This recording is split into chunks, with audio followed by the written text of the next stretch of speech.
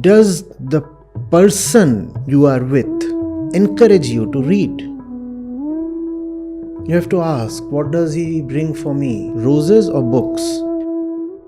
If someone has a stake in making you better, that person will push you towards books. Books are what we all need.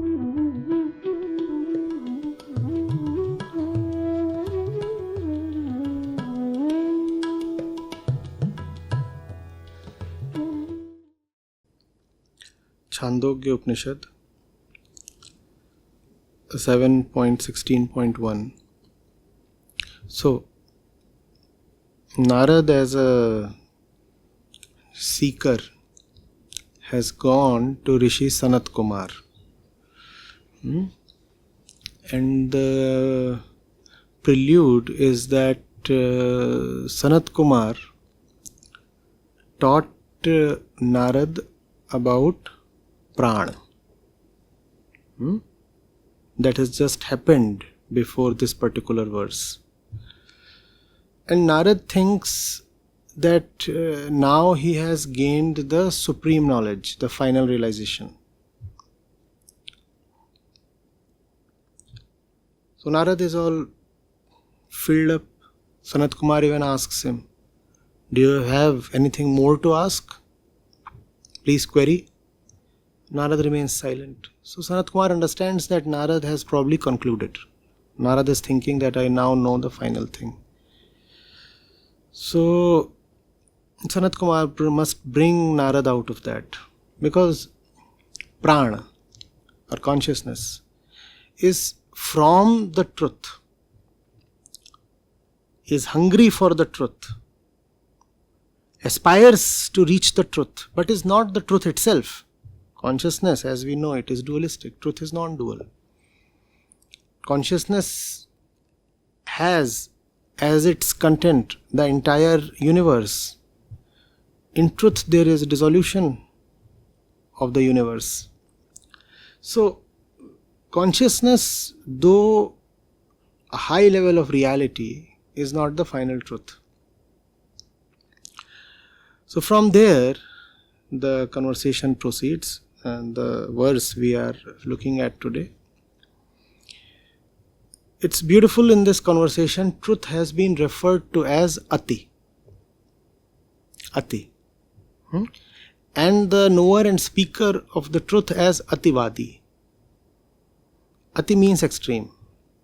Ati here stands for transcending, going beyond. It's an extreme, like the edge of the cliff.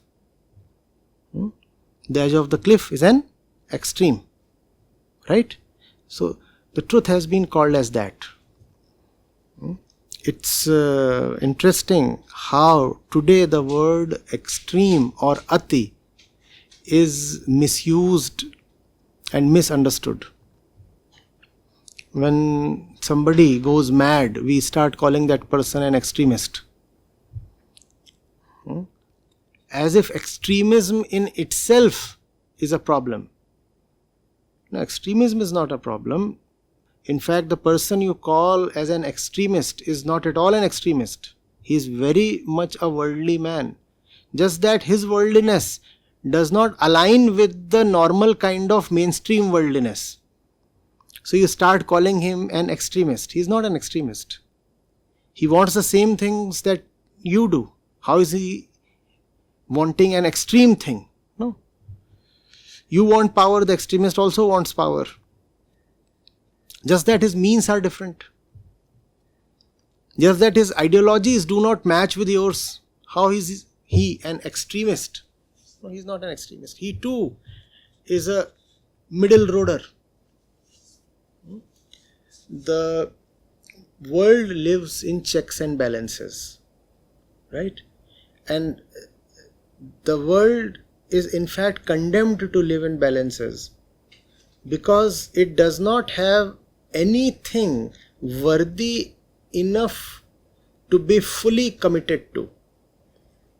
When you do not have one thing you can rely fully on or invest yourself fully in or be fully committed to, then obviously you have to diversify. That diversification is a state of sorrow. That diversification is insecurity. But the world, in its self-inebriated state, calls that as balance. It is not balance, it is helplessness. You do not have that one you can commit yourself 100% to. Therefore you are scattered. Therefore your loyalties are fragmented. Therefore your portfolio, in the psychological sense, is diversified. You call that as balanced. It is so interesting that the truth has been called here not as an balance but as an extreme. The truth is an extreme. You need not be balanced. You have to go for one and leave behind the many. What balance is there in it? The knowers have repeatedly said, the manyness is now behind me. It's the one that I now care for. And if I keep caring for the many, then the one will elude me. Are you getting it? So, here, a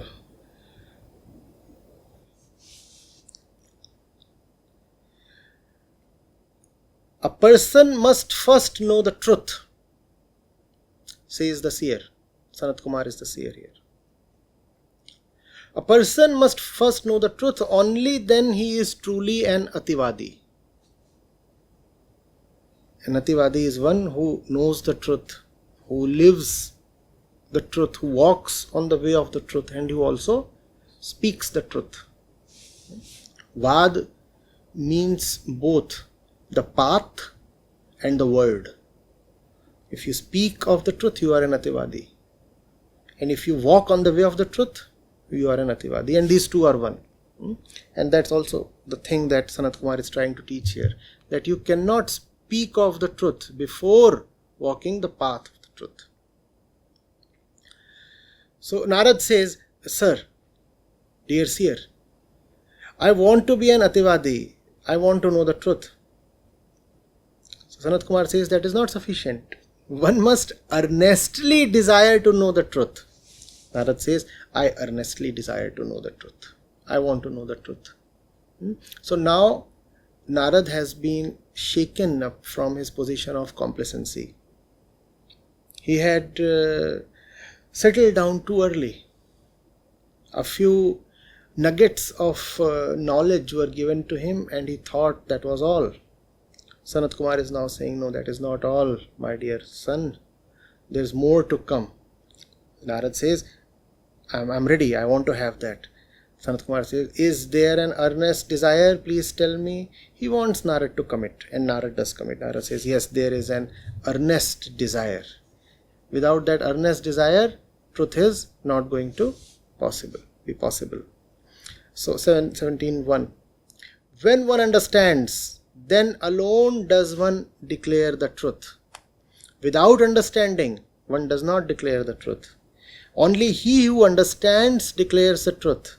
But for that, first of all, one must have an earnest desire, a burning desire to understand. What? To understand what? To understand understanding. To understand the truth, you must have a desire to understand understanding itself. Sir, respected sir, I wish to understand understanding. I wish to understand understanding. Now this is the beauty, the magic, the glory of Upanishads. Sir, I want to understand understanding itself. How will you understand the truth if you do not know what understanding itself means? And if you can understand what you call as understanding, truth is understood. Truth is not far. So, then, when one reflects, then alone does one understand. Without reflecting, one does not understand. Only he who reflects understands. But one must desire to understand reflection. Revered sir, I desire to understand reflection. Do you see that the Rishi is pinning down Narad on one word? What is that one word? Is the word truth? Is the word understanding? Is the word reflection? No. What is the word? Desire. Desire is the word. Truth is not far away if you desire. Do you desire the truth, first place? Do you desire? So he says, first of all, Pran is not the truth. Right? Then he says, you can know the truth only if you have an earnest desire to know the truth. Alright? Well, you can understand, you can talk of the truth only if you understand the truth. But to understand the truth, first of all, you must understand understanding. Do you desire to understand understanding? He then stretches it. But you can understand understanding only if you are first prepared to reflect on life. I desire to reflect on life. And so on and so forth. It carries on.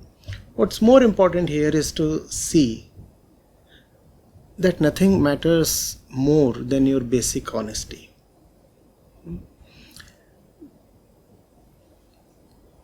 For a period of around 7 years, all I was doing was going through as many wisdom texts as possible. Texts from all streams, all parts of the world, all periods in history, all religions, songs, philosophies, commentaries, original texts, essays, biographies. In fact, I had neglected all my other work and was focusing only on reading. I was letting my worldly activities just drift. And all the numbers related to my worldly activities were sliding down, and I was letting them slide. I wanted to come to that one thing that all knowers and seekers have tried to point at. And you know what is it that I came to ultimately? Honesty. That is all. What is it that you want? Do you really want it? The desire and the intensity of desire. And once you declare a desire, the depth of your commitment in pursuing it, that's the only thing that matters.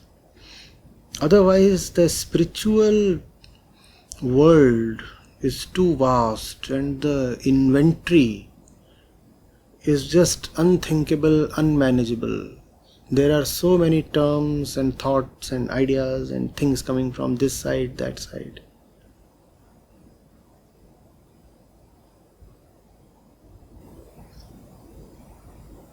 Those then 7-8 years stretched into a decade. And I felt more affirmed within that beyond this clutter of phrases and definitions and concepts is just one word: love. Nothing but love, which is another name for desire and deep honesty in making that desire your life. Absolute commitment. Nothing else matters. People would come and say, we are trying, we are not getting it. We want to know, we do not succeed. And my answers started becoming brief. even terse, I would just say, do you even want it? Had you wanted it, it couldn't have eluded you. In Hindi I would ask, चाहिए क्या? He would say, मिल नहीं रहा, I'm not getting it. I would look into his eyes and say, चाहिए क्या? Do you even want it? Before you say you're not getting it, tell me please, with your hand on your heart, do you even want it? And that thing has not only stayed on, but has actually become deeper. Nothing else matters. The quality of love, that's all. What is it that you want? It is as if existence is not keen on putting any conditions or bondages on you. In some sense, you are absolutely free even now. And that's what Vedanta, Advaita Vedanta specifically keeps asserting. You don't need to chase freedom, you are free right now. That is true. In a very peculiar sense. Aren't you free to choose your bondages? Then how can you not be free to choose freedom? It is an expression of your freedom that you have chosen bondages. Now don't cry. But you might. You're free to cry. If you love to cry, who can stop you? The quality of your love is everything. That's all. That's what the Upanishads are telling us here. That's what the sage wants to impress on Narad. The word love has not been used even once. The Upanishads do not use that word. Vedanta uses the word love very sparingly. But then the entire Vedantic literature is a song of love. Bhagavad Gita, the great song. You could call it a love song. The Gita. Reflection would happen. What is it to reflect? To reflect is to see, something that is not easily visible to the eyes. You stand in front of the mirror and then you see. Otherwise you wouldn't have seen. It's easy. Are mirrors so expensive? Are mirrors so rare to find? It's easy to reflect. It's not terribly difficult to understand either. And truth has no interest in playing hide and seek. You want it, you take it home. The question is, do you want it? If you are too happy with falsenesses and bondages, that is a testimony to your existential freedom.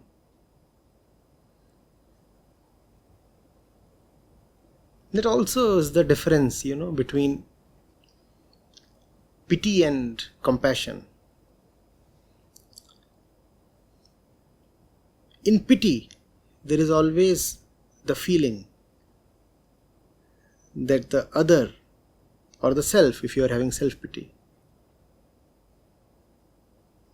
is a victim of circumstances, that something wrong has happened to the person. In compassion, whatsoever is happening is your choice. But still, if you declare that you are suffering, then the choice needs to be redone. That's compassion. Pity is premised on helplessness and choicelessness. It turns you into a victim. Compassion is premised on awakening of choice. You are suffering, but you are not obliged to. Suffering can come to an end if you decide to. That's compassion.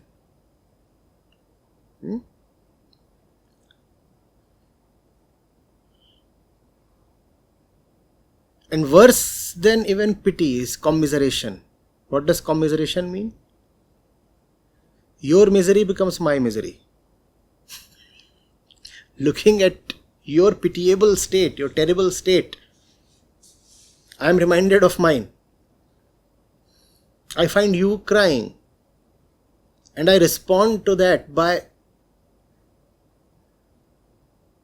with my own tears. Your suffering reminds you of mine. Not only does it remind me of mine, it actually activates my suffering.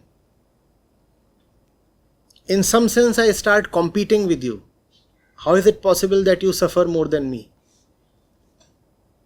If you can cry, my eyes too can well up. That's commiseration.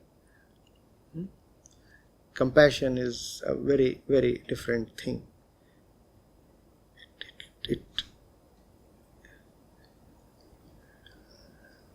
It's about choice.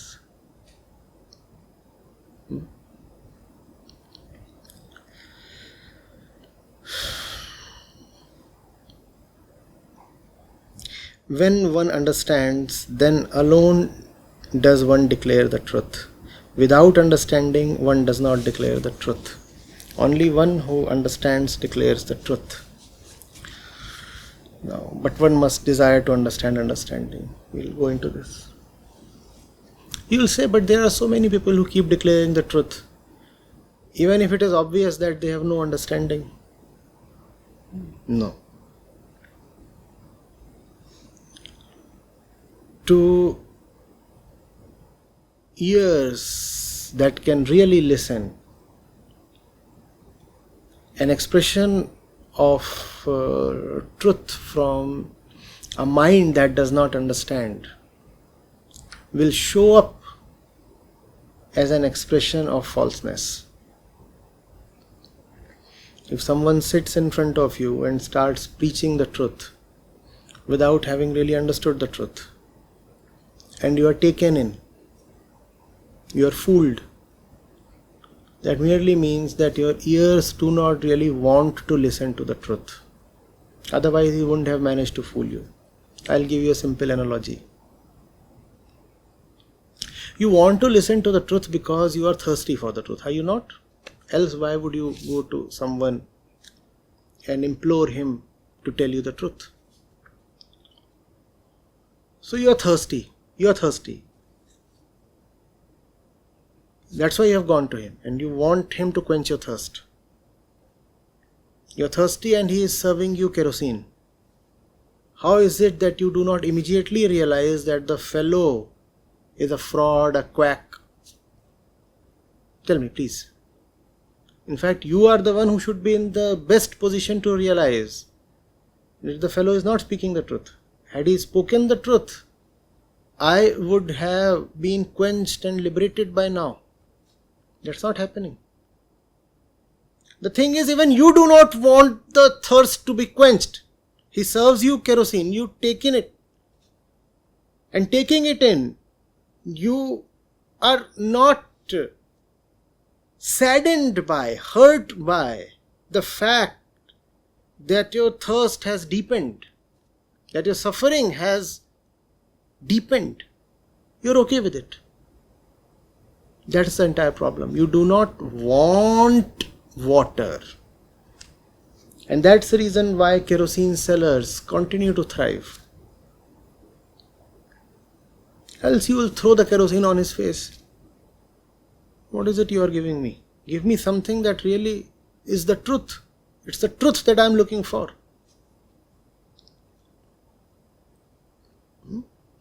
If you are really concerned about your welfare and you buy a medicine, don't you bother to see whether it is genuine or spurious? Don't you check the expiry date? Don't you check the manufacturer, the brand and the other things? Don't you want to match the drug with the prescription? You do all those things, right? And how? So don't say that one can utter the truth even without knowing the truth. Those who do not understand the truth, what they are uttering is obviously false. It's just that you are not testing them enough to expose them. They do not want to be questioned, because deep questioning can lay their claims bare. And you too do not want to question. So together the two of you sing a great unholy duet. He is preaching, you are listening. He cannot tell the truth.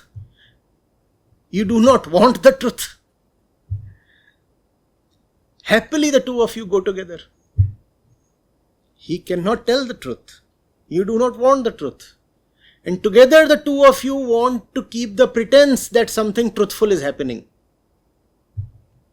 Some great discussion, some satsang or something is going on. Both the parties are interested in keeping up the pretense, the facade. Both the parties are partners, shareholders in this concern of falseness. Are you getting? So know this very clearly. Without being in the truth, it is not possible even to utter truthful words. The popular notion that anybody can utter the truth, irrespective of whether he knows it or not, is false. Don't we say words come cheap? Anybody can say anything without even understanding what he is saying. It is not possible. It is possible only when that person is not being tested. Somebody comes and says, Aham Brahmasmi. Somebody can quote from the Gita, the Upanishads, the knowers, the saints. And you will say, see, he has already uttered the truth. He does not know a thing, but he is still uttering the truth. No. Test him, let him utter a bit more, and he will be exposed. He has not uttered the truth. He has just parroted some words. If it's about words, ask him to utter a few more words. Not out of rote learning, but as a response to your inquiry. Inquire and see what he says, and he'll be exposed. But we don't even inquire. And here what do you see? Narad and Sanat Kumar, the entire process is conversational. There are questions and answers to and fro. There is no scope for the respondent to hide his ignorance. Questions are flying thick and fast.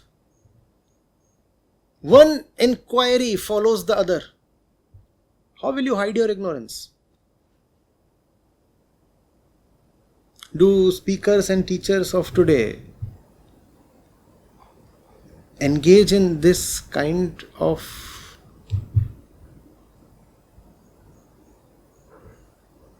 conversational traffic?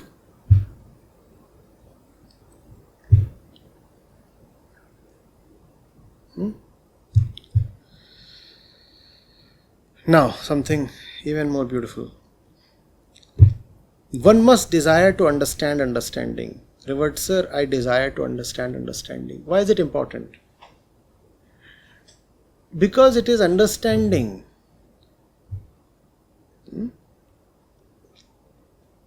that establishes the truth.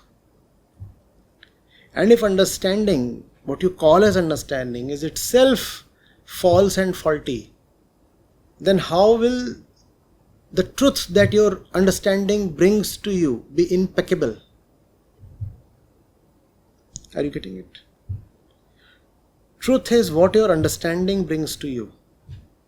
If understanding itself is faulty, what will be the quality of the truth your understanding brings to you? Look at how people use the word understanding. You fancy something, you say you understand it. You have come to a certain conclusion and you say you understand it.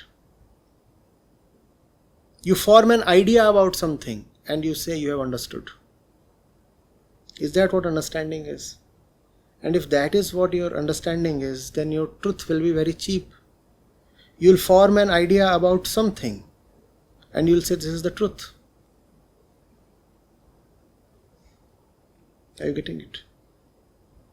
So you have to first of all know the entire process within. How is it operating? What is it that happens when you know the process within? You come upon its falseness. You realize that the very faculty that seeks to know the truth is itself the barrier against the truth.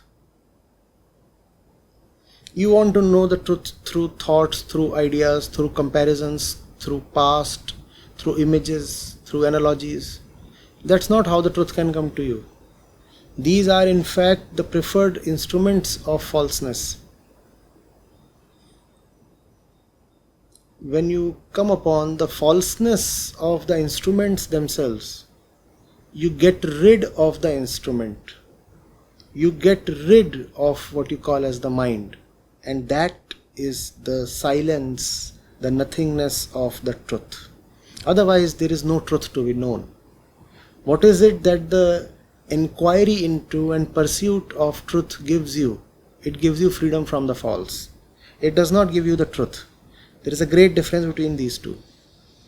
When you want the truth, it is not the truth that you get. You'll be disappointed in that sense. But you get something far greater than even the truth. Freedom from the false. And that freedom from the false is the true name for the truth. If you are not yet free from the false, and yet you claim to have the truth, then your truth is a part of your falseness. Therefore, Sanat Kumar is saying that you must understand understanding. What you normally call as understanding is nothing but falseness.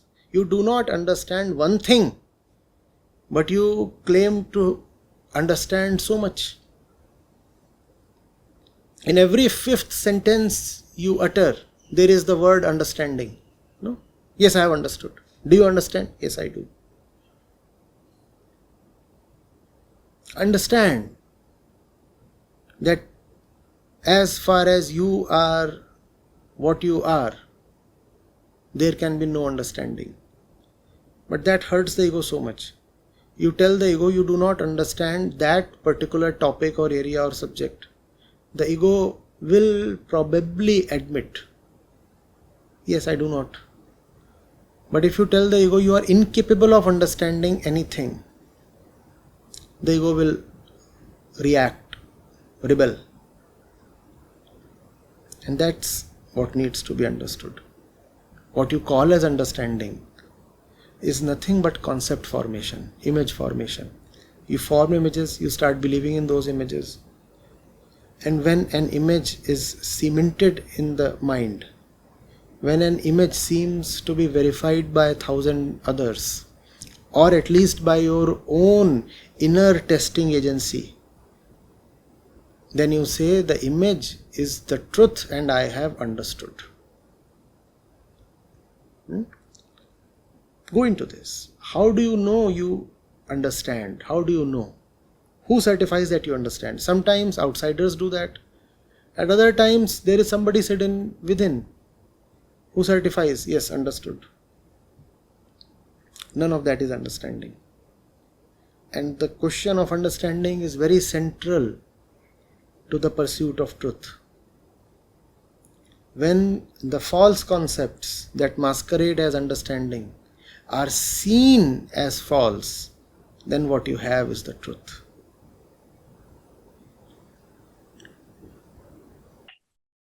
Pranam Acharya ji. My question is, if someone is not, you said that nothing matters more than basic honesty. My question is, if someone is not honest, the facts say that if I am not honest, is it possible to make me honest? By making, I mean, is it possible that I follow some process or I be in such an environment that nudges me towards honesty? Process is not possible. Attempts can be made. Attempts from various directions. There is no formula or algorithm. Attempts can be made, and the patience to stay with the attempts and keep trying comes from love.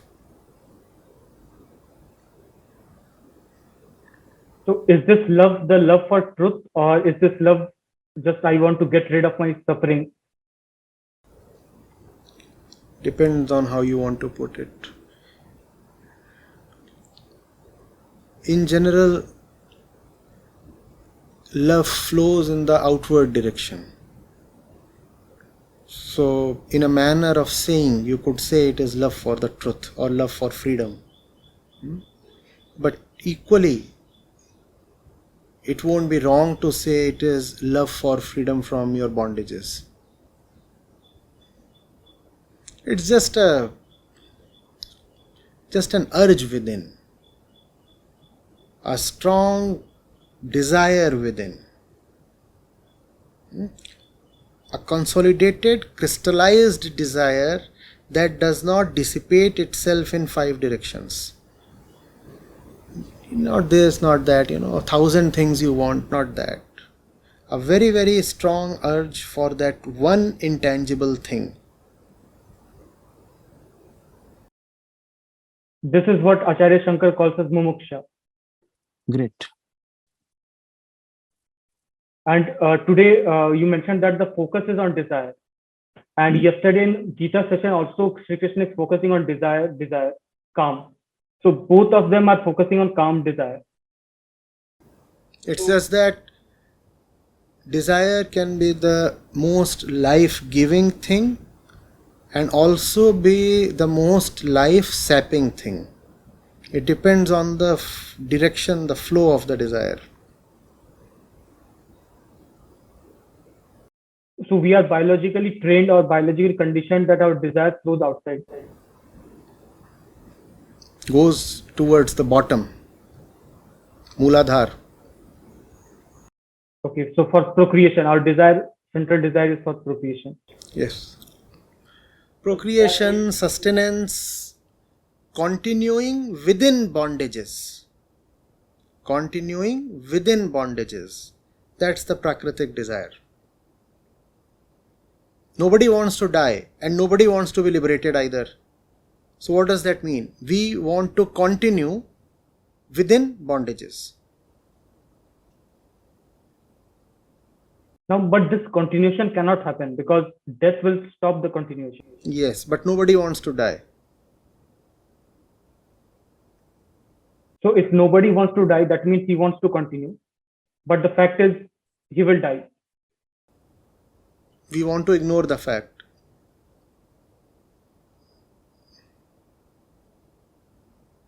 In our moment to moment existence, who remembers that he is going to die?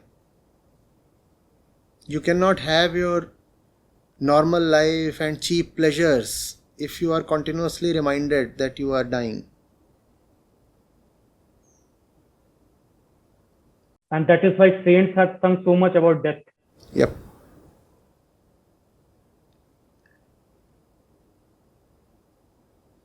Thank you. Thank you.